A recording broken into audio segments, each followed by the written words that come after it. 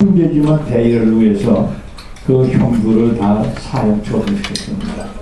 그래서 그것도 하는 논란이 됩니다만은, 그러나 대의를 위해서는 부득이 하라고 하는 이런 정당한 논리로 이렇게 징계되고 있습니다. 그런데 이제 그때 마치 그 임금조차도 13살 먹은 자기 조카도 성장해가면서 자기를 의심하고 있는데 이것을 어떻게 변명할 도리가 없었어요. 그런데 여러분께서 그 정조라고 하는 드라마를 보시면서 영조가 정조를 믿지 않다가 나중에 임금짜리를 이렇게 넘겨주면서 뭐 계자갈 하나 갖다 이렇게 그 흘러서 보이는 거거든요. 그걸 금등괴라고 합니다. 금등괴. 금등괴는 뭐냐면은 금으로 되어 있는 괴짝에 후세에 꼭 내가 죽은 다음에 알아야 할 것을 써놓은 것을 후세 사람이 보게끔 해놓은 것입니다. 그런데 영조는 자기가 죽음에 그렇게 보겠습니다만, 그런데 무왕이 그 95세가 되어가지고 이제 사경가 되면 중에 그 동생 주공이 천신에게 비비를 벼라고 비르는 거니, 우리 형님 무왕은 아직도 천하통일 후에 할 일이 많습니다. 그러니 주나라 조정에서 사람 하나 데려가야 된다면 나를 대신 데려가 주시오 하는 걸 기도를 한 그 기도문을 써가지고서 그 제단에 바쳤는데, 그걸 누가 볼까 봐서 땅에 묻어놨었습니다. 그런데 한참 그 조카 사망의 불신하 발적에 장마가 져가지고 비가 오면서 그것이 드러났어요. 그걸 열어보니까 자기 몸을 죽여가면서까지 신하의 도리를 다 하기 위한 그 성의가 거기에 나타나서가지고 그때서 삼촌을 믿게 됐다고 하는 이 금등괴일의 고소입니다. 그래서 금등괴라고 하는 것은 바로 먼저 때 임금이 후대에게 흥과 옥조와 같은 역사적인 전론을 전해주기 위한 기록을 숨겨두었다가 자기들이 스스로 풀어보게 해주는 그런 것을 금등괴라고 이렇게 얘기합니다. 그것도 그 주공에서부터 시작이 됐어요. 그래서 이 주공도 성왕이 그렇게 조금 탈선하는 것을 잘 가르쳤다고 해서 이분도 그 이윤과 더불어 두 사람을 폭군이 될 수 있는 소질을 가졌던 임금을 승군으로 만든 분이라고 이렇게 얘기합니다. 그래서 주공은 지금도 그분이 만든 사례 편량 관원상제에 관한 것이 이분이 만든 것을 우리는 지금도 그걸 쓰고 있습니다. 그리고 또 하나, 시간이 없어서 긴 말씀 못 드리겠습니다만, 부모님이 돌아가시면 3년, 10몇 살에 3년상인 거예요. 그것도 이 주공이 만들어 놓은 것이에요. 그 다음에 구구단도 주공이 만든 것입니다. 그래서 왜 3년상이냐 하는 것도, 그 아이가 생겨나면 두 번째 아이 가질 때까지 젖을 먹여요. 보통 토구리가 3살입니다.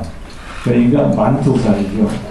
그래서 부모님이 돌아가시면은 우리가 품 안에서 젖을 빤 기간 동안만은 부모님을 잊지 말고 쉬며 살아야 된다 해서 3년상, 초상, 그 다음에 소상, 대상. 그래서 아시각게 3년입니다만은 만 2년인 것입니다. 그래서 3년이라는 것도 거기서부터 나온 거예요. 전부가 효를 중심으로 해서 나온 것이, 그런 내용으로 편찬된 것이 관원상제에 관한 사례편인데 이게 주공에 의해서 만들어진 것입니다. 그 다음에 지금 뭐 해몽법, 장명법 하는 것이 전부 주공에서부터 시작이 됐어요. 역학이 아주 대단합니다. 그래서 이제 그 문왕의 역학을 주공이 새로운 역학을 나눠먹고 그 역학을 공자가 받아가지고서 그것을 계사편을 써가지고 이뤄갔고, 그 후에 송나라 때 주경계가 이어가고, 그것이 우리나라에 와서 이제 이태계 선생을 통해서 이렇게 쭉 이어져 왔습니다만은, 이 주공이 기여한 그러한 그 학문적인 위협도 대단히 크다고 하는 것을 잊을 수가 없습니다. 그 다음에 네 번째는 살신 성지라는 얘기인데, 지혜를 발현하기 위해서 자기 몸을 발렸다. 이건 강태공을 얘기하는 것입니다. 이 문왕이 어떻게 하면 그 주왕이라고 하는 폭군을 물리칠 것이냐, 이 고민하고 있는 제후에 하나 있었습니다.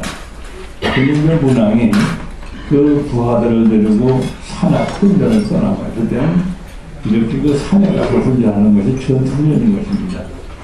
근데 황하의 큰 지리 중에 우이수라는 분이 있어요.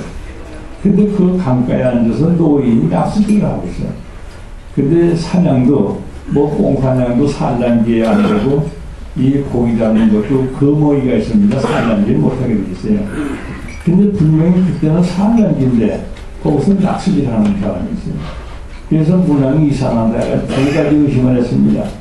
저 노인이 이때 혼자 안 내는 것도 이상하거니와 거머리라는 것도 모르고 낚시를 하는 범법행위라고 너무 의심스럽다. 가보라고 역사자 사관, 그 사람은 점치는 사람인 것입니다. 그래서 사관을 시켜서 보냈습니다. 그래서 영감이 여기서 뭐 하십니까? 그러니까 나는 물을 배우고 있습니다. 그러네. 처음 듣는 얘기예요. 물을 배운다는 게 뭡니까? 했더니 강태공 얘기가, 그때 강태공이 아니고 강여상입니다. 하는 말이 소인은 등이나 소인들은 그 고기 잡으려고 하는 이로움을 얻으려고 하지만 패인은 덕의다. 큰 사람은 뜻을 얻기 위해서 낚시를 한다. 그래서 이렇게 들어보이는 게 고든 낚시예요. 그러니까 금옥이 상관없어요. 그래서 이제 물을 배우는데 물을 배우는 건 뭡니까 했더니 바로 문항이 처음 듣는 얘기가 돼가지고 오라고 해서 이제 문답이 시작돼요. 그래서 물에는 네 가지 독이 있습니다.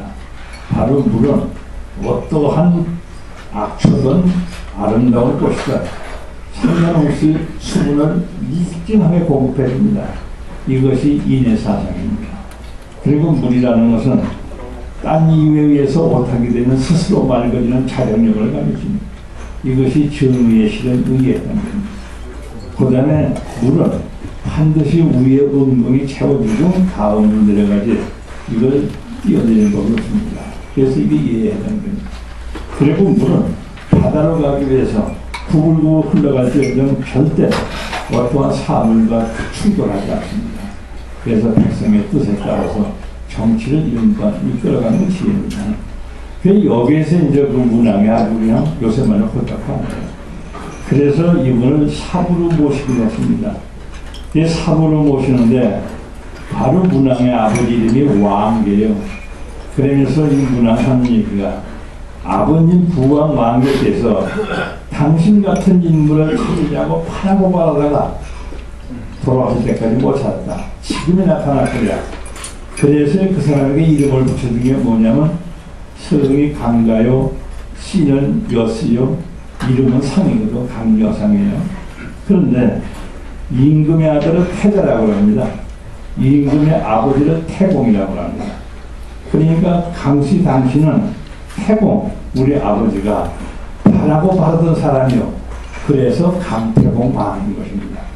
그런데 요새 낚시를 하는 사람들이 바쁘니까 망을 제쳐놓고 그냥 강태공이라고 얘기합니다만 그 강태공 망이라고 해야 끝났습니다. 그래서 이분이 그렇게 그 70의 문항을 만나가지고 등용이 되죠.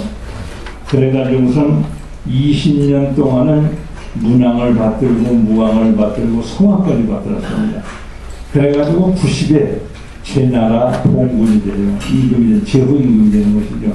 그래가지고 100세가 넘어서 작고했습니다만, 이 사람은 바로 천하통일에 자기 지혜를 흐름을 발휘했는데 그 문항과 문답하고 무항과 문답한 기록을 남긴 것이 유명한 육도입니다. 여러분 육도 사명 많이 들어봤잖아요.